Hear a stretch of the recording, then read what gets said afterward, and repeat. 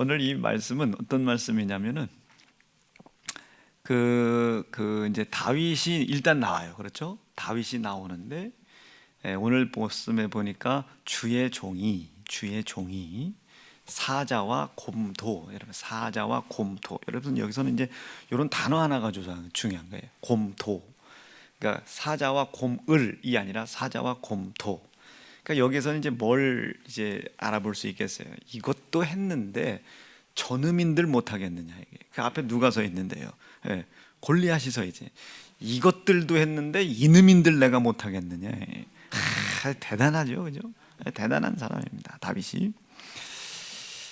그런데 그 곰도 쳤은즉 사시는 하나님이에요. 그러니까 여기서 사시는 하나님이라는 거는 이제 우리가 단어 뜻은 제가 잘 모르겠어요. 이게 히브리어를 제가 이거를 모르는 단어라 이건 설명을 할 수 없지만 어떻게 알아들으시면 되냐면 하나님께서 살아계신데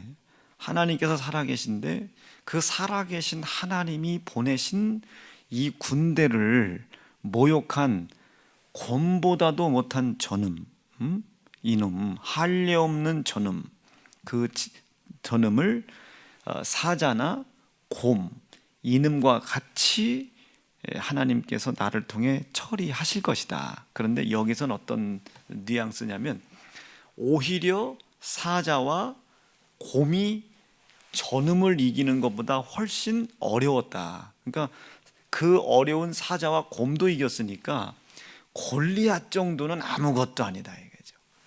그러니 이 다윗이 지금 얼마나 지금 누가 볼 때는 교만하다고 생각할 만큼 당당한 겁니다. 교만하다고 할 만큼 당당해요. 저는 오늘 우리 사연중앙 성도들이 교만하다고 차라리 하나님 앞에 책망을 듣고 회개를 할지언정 누가 봤을 때 다윗처럼 교만하다고 생각할 만큼 당돌한 사람이 되실 수 있기를 바라요. 지금 다윗은 뭘 믿고 있냐면 하나님의 은혜를 믿고 있어요. 자, 다윗이 어떤 사람인지를 잠깐 얘기하고 기도할게요. 어떤 사람이냐면 이새의 8번째 아들입니다. 이새의 8번째. 이새의 8번째 아들인데 사무엘을 통해 하나님이 당신의 종을 세우기로 마음을 먹었어요.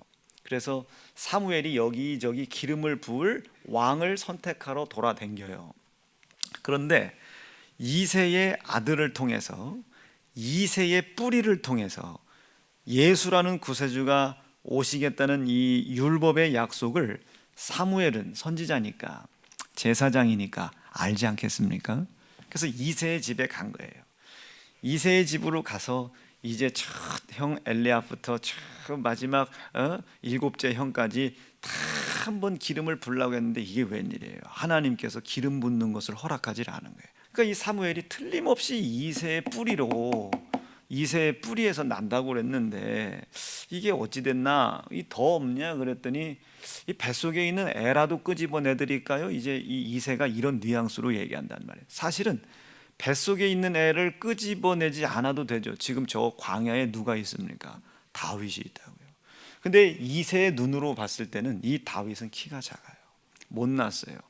하여튼 여기에서는 용모가 준수하다고 그랬지만 여기 사실은 성경에 보면 다윗의 용모를 얼굴이 붉게 생겼다 이렇게 표현해요. 얼굴이 붉고 그러니까 혈기가 있다 이 소리예요. 혈기가 있다. 저기 거예요. 그가 젊고 붉어, 얼굴이 붉어. 그리고 용모가 아름다워. 그러니까 그러나 이제 키도 작고 아비의 눈으로 봤을 때는 이게 이제 별로인 거예요. 왜냐하면 워낙 그 엘리압부터 장형부터 7째 형까지가 용모가 출중했던 모양이에요. 그러니까 이제 하나님께서 여기서 유명한 말씀을 하시죠. 하나님께서는 외모를 취하지 아니하신다. 그 중심에 있는 생각, 하나님의 영과 같은 생각, 같은 언어, 같은 행동하는 것을 보신다 이거죠. 그래서 어쨌든 그렇게 했는데 더 없냐고 이야기할 때 이제 다윗이 선택을 받아요. 다윗이 선택을 받지만 다윗은 알아요. 아버지가 자기를 어떻게 생각하는지를 압니다. 시편 기자가 뭐라고 얘기해요? 하나님께서 이새가 다윗을 마치 버린 자처럼 취급했다고 그랬습니다. 그러니까 다윗은 지금 아버지 이새로부터 버림을 받은 것처럼 대우를 받고 있는 것을 압니다. 이게 얼마나 서운했겠어요. 그렇게 버림을 받고 간 데가 어디에? 또 광야에 갔단 말이에요. 그 광야에서 곰도 만나고 사자도 만나고 이리도 만나고 승냥이 떼도 만나요. 그럼 우리 같으면 이렇게 있겠죠. 좌절하고 절망하고 막 근심하고. 지금 다윗의 입장에서 우리 같으면 아빠가 버렸단 말이에요. 아빠가 버렸어요. 마치 버리운 자 같았나이다. 이 다윗의 고백입니다. 이렇게 이 상태예요. 이 상태인데 뭐까지 만났어요? 곰을 만났어요. 사자를 만났어요. 이리를 만났어요. 승냥이 떼를 만났다고요. 이걸 만났는데 자포자기하지 않았겠어요? 아버지한테도 버림받은 것까지 네 밥이나 될란다 하고 이럴 수 있을 텐데, 이 다윗은 끝까지 하나님께서 자기에게 베풀어 주신 은혜를 기억하는 거예요. 자기의 서운함과 속상함과 억울함보다 하나님께서 베풀어 주신 은혜를 더욱더 크게 기억하는 거예요. 끝내 견디고 끝내 이기더니 왕으로 기름 부음을 받죠. 그렇게 인도함을 받고 있는 중이에요. 그러니까 다윗의 머릿속에는 나는 대단하다가 아니에요. 하나님이 나를 은혜로 붙잡아주고 계시다. 이것에 지금 다윗은 묶여 있는 거예요. 자, 뭐 얘기하고 싶어서 이렇게 하나님의 은혜에 묶여 있다 보니까요. 은혜에 묶여 있다 보니까 생각이 바뀌어요. 자, 보세요. 아파요. 죽게 생겼어요. 육신은 죽게 생겼어도 육신이 살고 싶어 가지고요. 육신이 살고 싶어서 죽을 힘을 다해 병원에 고침받으러 간다고요. 육체가. 그런데요, 영적인 일들은요, 육신이 아파 죽겠어요. 그러면 육신이 아파 죽겠으면 우리가 주님의 몸된 교회에 가서 이 영혼만큼은 살게 해달라고 목숨을 걸고 들것에 실리든 앰뷸런스를 타고 오든 구급차를 타고 오든 소방차 타러 오든 와가지고 살려고 몸부림을 쳐야 되는 것이 인지상정인데, 항상 우리의 생각이 육을 따라가는 거예요. 육신의 소욕을 따라가고 요구를 따라가고 욕구를 따라가는 거예요. 살고자 하는 의지가 없는 거죠. 제가 한번 철원에서 목회할 땐가 여기 대전 와서 개척할 땐가 모르겠는데, 이제 병원에서 이제 좀 쉽지 않다, 어렵다. 그런데 이분이 마지막 여생의 삶을 교회에서 목사님한테 기도받다가 가고 싶다고 주변에 이렇게 수소문해서 우리 교회를 찾아온 거예요. 얼마나 제가 부담이 돼요. 살리려고 온 게 아니에요. 살고 싶어 온 것이 아니에요. 마지막을 정리하고 싶어서 왔다. 제가 그때 굉장히 은혜를 받았거든요. 죽을 각오하고 영의 요구 이루러 온 거예요. 육신이 아프면 죽었어도 병원에 들어가잖아요. 죽었어도 들어가. 그런데 영혼의 문제는 육체가 죽든지 살든지 이것은 영원히 살고 죽고의 문제잖아요. 그러니 어떤 육신의 요구, 욕구, 소유, 육신의 고난, 고통에 연연해하면 영적인 일들은 안 되는 겁니다. 굶어 죽으려고 그래요. 그럼 우리는 어떻게 굶어 죽는다고 그냥 죽는 사람 몇 명 되겠어요? 이웃집 거래를 훔쳐서라도 먹고 살려고 하지 않습니까? 가만 어떡하냐고 말이요. 먹고 살기 힘든데 너의 것이라도 훔쳐야지. 저 새끼들은 더 도둑놈 아니냐고. 여러분 보세요. 육신이 배고픔으로 죽을 문제에 닥치면 죽을 각오하고 죄를 짓는 한이 있더라도 먹고 살려고 죽을 힘을 다하잖아요. 만약에 여러분들이 죽을 병에 걸렸는데 그 병을 고칠 수 있는 사람이 세계에서 한 사람이야. 그런데 그 의사가 너무 타락해가지고 남들보다 1억 원을 더 주면 먼저 수술해 준대요. 그럼 여러분들 1억 원 쓰겠어요? 안 쓰겠어요? 목숨 걸고 쓰죠. 근데 이것이 영혼의 문제로 딱 부딪히면요, 죽게 생겼으면 육신의 생명은 1억이라도 더 줘서 살으려고 하는데, 영혼의 문제, 예수 고난, 예수 피 기억하고 기념하고 감사하는 일은 1억 원을 덜 들이더라도 안 가려고 그래요. 11조 강조해 보세요. 돈 밝히는 목사예요. 주일 강조해 보세요. 율법 강조하는 목사예요. 형제 사랑하세요 하면 누구 친한 사람하고만 친한 목사예요. 그러니 영혼의 문제는 육신이 죽을 각오하고 해결해야 될 것보다 훨씬 더 큰 문제인데 이거를 해결을 하려고 하지를 않아요. 자, 오늘 다윗 좀 보세요. 싸울 능력이 있습니까? 없어요. 아버지에게 귀여움 받았습니까? 없어요. 사랑 받았습니까? 없어요.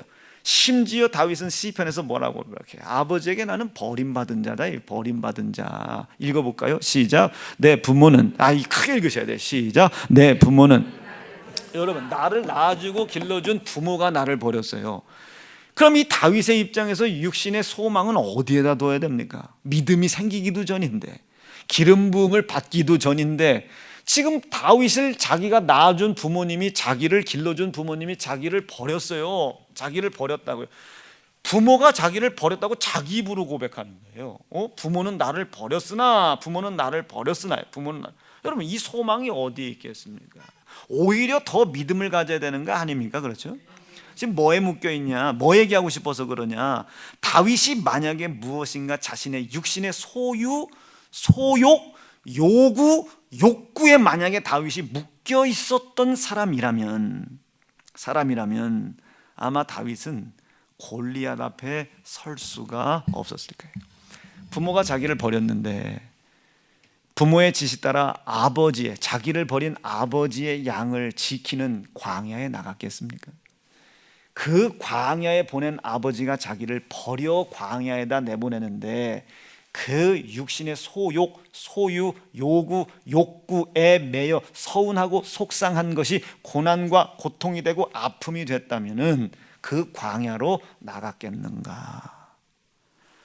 육신의 소욕, 욕구가 자기를 서운하게 하고 속상하게 하여 고난과 고통에 묶으려고 할지라도 다윗은 뭘 생각한 거예요? 나를 피 쏟아 낳아주셨다 이게요. 누가? 이새가, 우리 아버지가 그것만 기억하는 겁니다. 아멘. 그것만 기억하는 거예요. 다윗도 그랬지 않겠어요? 근데 이 다윗이 이것을 이길 수 있었던 건 오직 한 가지입니다. 아니야. 서운하고 속상한 것도 맞아. 그러나 그 아버지가 나를 낳아주셨지. 그 아버지가 나를 길러주셨지. 그 아버지의 희생의 은혜에 매여 있는 겁니다. 하나님이 그 첫 번째 시험의 관문을 통과시킨 거예요. 그리고 두 번째 시험의 관문을 어디에서요? 블레셋 군사 앞에서. 이제 하나님께서 자기를 여기까지 어떻게 인도하셨고 자기를 거기까지 인도하시기 위해서 하나님은 어떤 희생을 치르셨는지를 하나님이 두 번째 달아보시는 겁니다. 어떻게? 네가 능멸하는 만군의 여호와 하나님의 이름으로 내가 나가노라. 당신은 나를 쉴만한 물가로 항상 인도하셨고 푸른 초장으로 인도하셨고 부모는 나를 버렸을지라도 나의 하나님 여호와는 나를 택하셨고 기르셨고 인도해 주셨다고. 부모를 버린 것을 이야기하는 게 아닙니다. 부모가 자기를 버린 것을 이해하는 것이 아니라 하나님이 자기를 버림받을 수밖에 없는 자였음에도 불구하고 끝까지 택하여 자기를 여기까지 인도하신 하나님의 은혜를 말하고 싶은 거예요. 그 은혜의 메인이 어찌 됐습니까? 아무렇게나 던진, 아무렇게나 입고 나간 찢어진 가죽옷이 골리앗의 칼이 뚫을 수 없는 갑옷이 됐고, 아무거나 들고 나간 물맷돌이 골리앗을 쓰러뜨릴 수 없었던, 골리앗을 쓰러뜨리기도 남은 그 골리앗보다 훨씬 강력한 칼의 무기가 되었고, 하나님의 은혜에 매어 나갔더니 이길 수 없는 적군들을 하나님께서 그의 손에 붙여 이기게 하시더라. 은혜에 매이다. 여러분, 육체의 질병은 죽어도 병원에 가지 않습니까? 그런데 영원히 살고 죽는 영혼의 문제는 죽는 건 고사하고 조금만 기분 나빠도 못 나오잖아요. 여러분들이 하나님 앞에 아버지의 은혜를 입은 자로서의 고백이 진실했나? 오늘 사무엘 17장 36절에 주의 종이 사자와 곰도 이 말씀에 은혜 받으실 수 있기를 간절히 바랍니다. 두 주먹 불끈 쥐시고 오늘 다윗이 고백합니다. 나는 부모는 나를 버렸으나 하나님, 내가 버림받을 수밖에 없는 자예요. 하나님, 세상에서 멸시천대 받을 수밖에 없는 자예요. 하나님, 인정하게 도와주시옵소서. 그것에 서운하고 속상하고 그 문제를 해결해 주지 않는다고 하나님 원망했던 것 먼저 주님 앞에 내려놓게 도와 주시옵소서. 두 번째는 하나님, 은혜에 매여 서운하고 속상한 것이 나에게 고통과 고난의 문제를 주더라도 이기게 도와주세요. 다윗과 같이 이기게 도와주세요. 하나님의 은혜에 매이게 도와주세요. 우리 주의 이름 부르짖고 합심하여 기도합니다. 주여!